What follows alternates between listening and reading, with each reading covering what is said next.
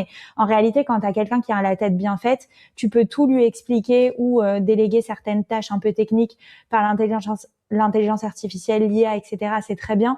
Mais par contre, ce que tu pourras pas lui apprendre et changer, ça sera sa personnalité en réalité. Et je vais te donner un exemple. Par exemple, C'est qui la bosse est devenu un festival dans lequel tu es intervenu. Donc, c'est un festival avec plusieurs conférences, masterclass, etc. et qui réunit entre 500 et 800 festivalières en une journée. Et quand j'ai lancé la deuxième édition du festival C'est qui la bosse, j'étais enceinte de ma troisième fille et j'ai accouché 3 semaines avant le festival.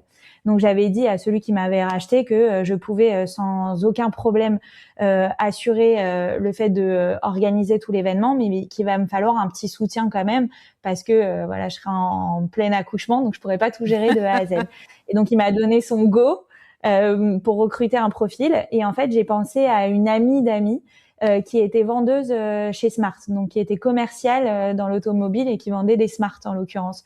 Par contre, je l'ai toujours trouvée souriante, bonne négociatrice, qui a la niaque, ambitieuse, qui était carrée, organisée, etc. Et je me suis dit finalement toutes ces compétences-là, c'est des compétences essentielles pour organiser mon festival. Bien sûr.